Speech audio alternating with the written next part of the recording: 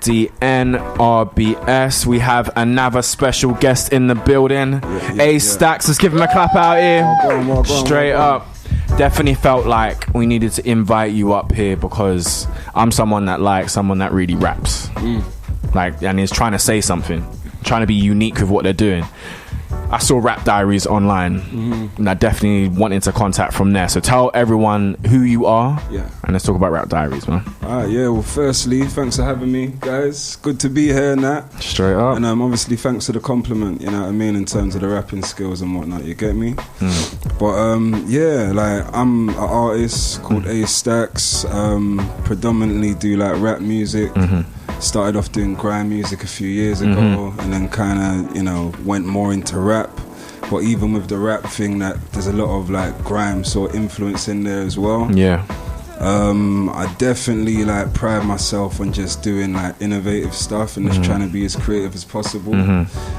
So when you're talking about the Rap Diaries, that's where that kind of lines up with, do you know what I mean? Because obviously the Rap Diaries is something no one else is really doing. Definitely. You know what I mean? For people that don't know what Rap Diaries is, just give them a little bit of a tutorial to it. Like literally a few years back, me and my bro came across a rapper called Skills from America. This is like 2013 sort of times, you get me? And basically he does like a wrap up at the end of the year, you get me? Like all the events that have happened and that, you get me? And I was feeling it, you know what I mean? It was different than that, you get me? But I thought, let me try and put my own little spin on it. So instead of doing it just an audio version at the end of the year, I thought, let me do it monthly and then boom, slap a video with it as well so you can see what I'm talking about, you get me? And when we first started, we was like using the hottest beat of every month, talking about everything that's happening that month. So by the end of the year, you have a picture of everything that's happened through the year and all the hottest beats of the year as well, you get me? So that was the aim. Was doing that, and now obviously things have changed online a bit to where you got to have original content. So we're not using other people's beats now. We're using all in-house beats, you know what I mean? My bro Joey Sticks, sick producer. I do a little bit of producing as well, you know what I mean? So tell us a bit more about your background. Where are you from? South London, man. Born and raised. You get me? We've got a lot of South Londoners in here today, man. Literally. Must be something in the air. Straight up. So obviously you grew up in South London. So what made you, when did you get into music, and what was the story behind you thinking you're going to jump on this rap stuff? I properly got into music like when grime was like prevalent, you know what I mean? Who were you listening to at the time? Like we had a crew called Triple S, you get me? Southside Sickest. Southside Sickest. You might have to bring back that name, damn. Southside Strickest. Not Strickest. Sickest. Strickest. Can I remix it then? You can if you want to run with that Southside name. You get me? Is that you? Yeah. Okay, Tell us about that. What was Triple S then? Triple S was just the man them, innit? It's like we were from like Tulse Hill, Norwood, Streatham, Brixton. And we was just all brethrens, innit? And we just used to link up and do sets, and that grew to us like getting a radio show like on Top FM. Nice. We used to be like next to Roadside G's when they used to go on the Thursday. Used to do a few raves and that. You get me? You get a couple reloads, shut it down. Yeah, we've been like, it's like music's a real thing for us, innit? Yeah. Do you know what I mean? It's in the blood. You get me? Like my dad's a bass player, my auntie's a singer, amazing. My brother's a drummer, my other brother's a producer. Oh, nice. So it's in the DNA. Do you know what I mean? So it's always been there. You get me? So you went from Triple S with the man them, and then you started doing your own thing. Yeah, like I had a break from music, just like doing other stuff. Just got sidetracked, innit? Do you know what I mean? And you start focusing on the money and that, like when I was younger and whatnot. And but I always knew that's a way of putting it. I like that. Just focusing on the money and that. Younger. When you're like younger, like, I was a bit gassed. Do you know what I mean? As a lot of people were. Yeah, bro. So like I didn't like. I knew I always wanted to come back to it though, even when I wasn't doing it. You get me? So after time, me and my brother started working on some stuff again, and we came back as a team called Red House, and then we was making some stuff together. But now today we're going under the name Big Tune for them, and that's me, my bros, and a couple of our other brethren. I see the merch. I see the merch there. Come on, bro. You know what I mean? A couple little calm bits and that. And it's literally just what the name says, just about big tunes, vibes, and obviously like with stuff like the Rap Diaries, just cutting through. Do you know what I mean? What is making, because there's a lot of people that involve themselves in rap, but it seems like you're trying to come from a completely different angle. Yeah. So especially with the Rap Diaries too, where you're documenting a lot of stuff. Yeah. So what is making you feel like, okay, well, I'm not just going to come and just rap. I'm going to come and do a lot of stuff around it. I think part of it is that I've been doing music for a long time, so it's like I've heard so much music, and like people just say the same stuff a lot of the time, innit? So I just don't want to. I'm the sort of guy, if I come into a room and you're wearing the same jumper as me, I'm going to take the jumper off. Like, I don't want to. You want to be the same thing as everyone else is doing.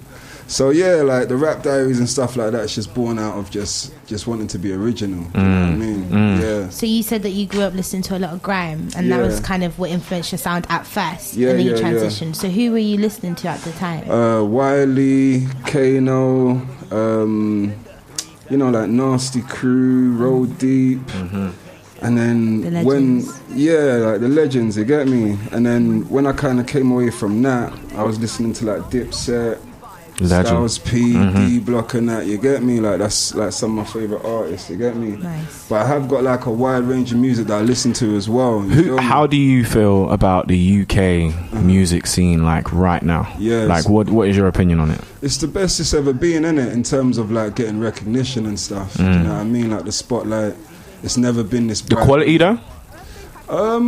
Yeah. Like when you look at the artists now and the kind of artists that you were inspired by and you first come up on, like the Wileys, like people like that, and then you look at the new school, who do you feel like is really the ones? I like Dave, obviously. I like Dave 100. Because he's got like a good balance to what he's doing, innit? He's got like the hard so that's all right. Well, we can't say it, but it's okay. It's okay. We'll move on. I won't say it again. He's got a good balance between like the conscious but like the hard stuff as well. Obviously I love what Stormzy's doing, like Big Things. Just released the album. Yeah. I haven't heard it yet. Yeah. You know what I mean? But Big Things that he's doing as well.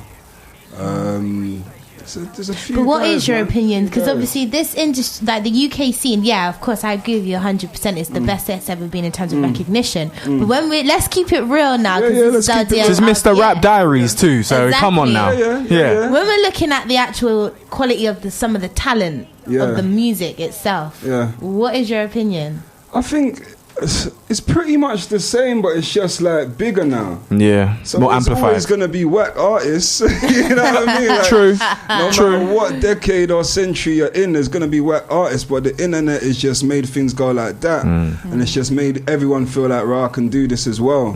You feel me? But there's mad talent out there as well. Yeah, you feel me? Like more than you'll ever know, and a lot of it will never get heard. And now we don't need labels. We don't need a label to say, okay, you're good for you to go and put out content. Exactly. But it's getting your content heard, innit? And that's the thing. Like a lot of the sickest artists might not never be heard.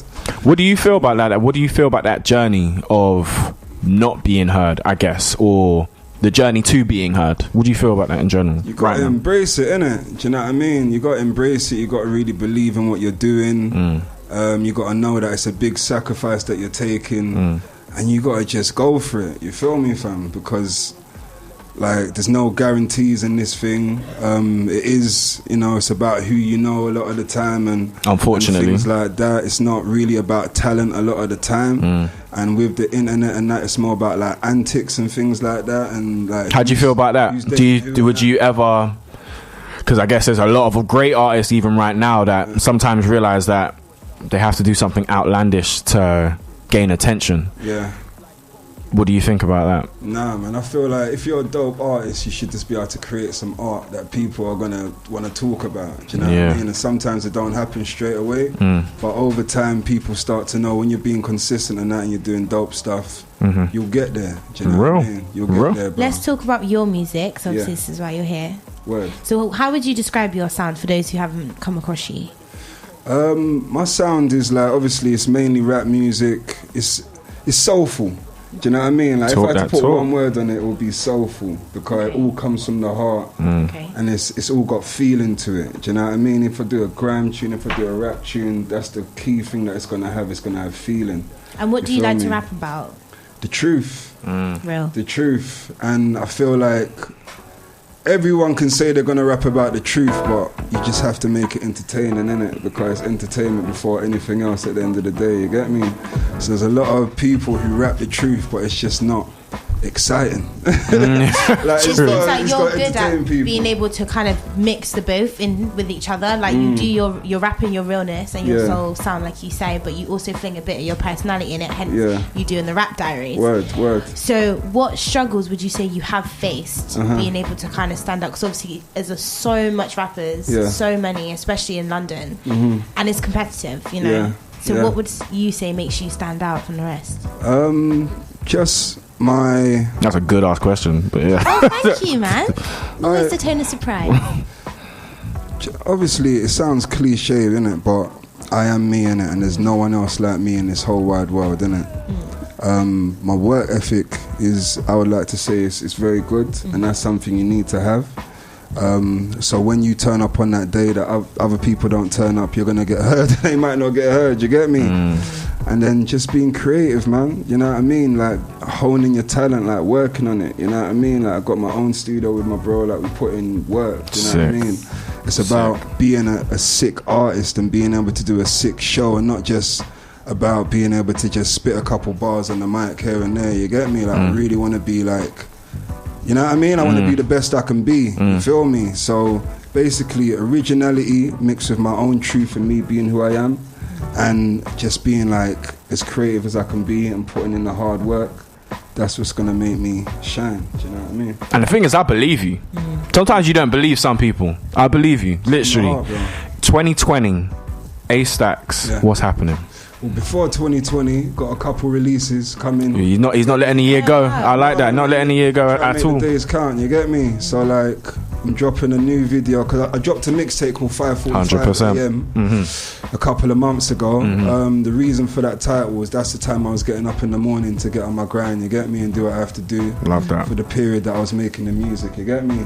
So I'm dropping like 2 more videos from that project. One will be dropping this week. It's called One Shot. It's by Joey Sticks. And then at the top of next year, we're going to film the last one for a song called Dreams Are Real. And that will be the whole 5:45 campaign kind of done. I'm dropping 1 more rap diary before the end of the year. Well, 2 more. Like basically, I'm dropping 1 for December. And then because a few people are doing like the yearly thing now, I'm basically doing a decade one, innit? Okay. So you clearly want to be different out here. It's just natural. Like it's like me and my bro was talking on the phone, innit? And he was like, "Raw, you know, you should do like an end of the year one, innit?" And I said, "No, I'm gonna do the December one. But I don't want to do the end of the year one because a lot of people are doing that." And he was like, "Right, you should do the decade." You get me? And that interested me, innit? Like I don't want to do nothing that's not like that I'm not passionate about. Doesn't interest me. And I can't lie, I hope LDNRBS get a feature on Rap Diaries at some point, I must say. We're always up for it for sure. So this mixtape, talk to us a little bit about the story behind that. Was this something you put your blood, sweat and tears into? And I love the concept, I'm not gonna lie to you. 5:45 AM. Thank you. Love it. Like I want to steal it almost. I love it. But That's like dedication to the nation, you know? Literally. No, 100%. Like literally, it's just what I said. It was just like the theme track for the time when I was making that project. Do you know what I mean? We went through a lot of things throughout that time. You know, working with different people, losing different people, having different offers and negotiations, and still getting up to do all the other stuff that's paying the bills, and it's just everything, innit? It's just all the songs that we made in that period of time. You feel me? Just, if you listen to it, you know, and it's one of my first kind of babies. Yeah, in a way, you get me? So it's like, it's talking about you know, I got a song in there called Dear Margaret, which is like a play on Dear Mama, the Tupac tune. Yeah, of course, yeah. So I'm talking Why about Margaret? stuff that, because that's my mum's name. Oh, okay. Love it. It's my Feel nan's me? name. It's a good name. Oh yeah, word up, come on. They just had a moment, guys. They just had a moment. They just had a real moment. Yeah, so I'm just talking about like the stuff that me and my mum went through when I was younger and stuff, and her sticking by me and things like that. Yeah, bro. There's a tune called Southside on there. It talks about where I come from. That was on the GRM shortlist project a couple years back. That was like people who are tipped to do big things and that. Yeah. So that was on there. So it's kind of like just a collection of all the tunes from that part of my life. You know what I mean? Love Sick. that, man. Yeah. What is your socials for the people too? Yeah, so it's Astaxx, that's Astaxx, music on all the socials, you get me? And if anybody's listening to this interview, I know I would be switched on. If I was a random person listening to this interview and didn't know who you was, I would definitely be switched on to this from some of the stuff that you said. But what's one of the last things that you would say to the people to say, you need to be listening to my music? Or just look onto me in general? Yeah, if you want something different, if you want something real, if you want something that you can believe in, if you want something dope, but you want truth, but you want it to be dope at the same time, then I'm your guy, you get me?